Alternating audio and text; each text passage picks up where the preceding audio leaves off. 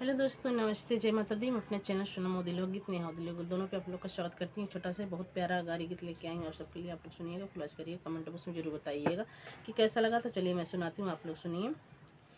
ये रे समधी के बहिनी छिनार करार करे बगिया में। अरे समधी के बहिनी छिनार करार करे बगिया में।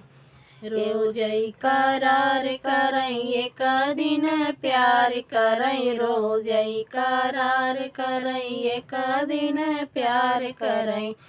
और हरिया में कटई रसमाल करार करई बगिया में। और हरिया में कटई रसमाल करार करई बगिया में। अरे दुल्हे के बहिनी छिनार करार करई बगिया में। अरे दुल्हे के बहिनी छिनार करार करई बगिया में।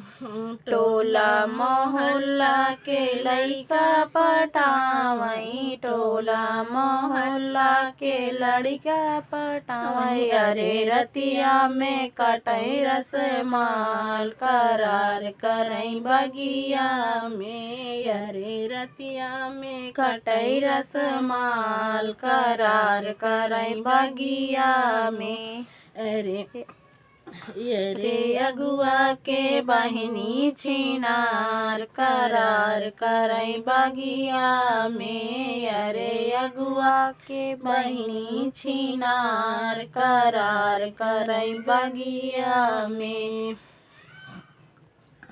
हाट घूमई बाजारे घूमई। हाट घूमई बाजारे घूमई। अरे होटल में करई रसमाल करार करई बगिया में। अरे होटल में कटई रसमाल करार करई बगिया में। अरे समधी के बहिनी छिनार करार करई बगिया में। अरे समधी के बहिनी छिनार करार करई बगिया में। अरे दुल्हे के बहिनी छिनार करार करई बगिया में। अरे दुल्हे के बहिनी छिनार करार करई बगिया में। अरे समधी के बहिनी छिनार करार करई बगिया में। अरे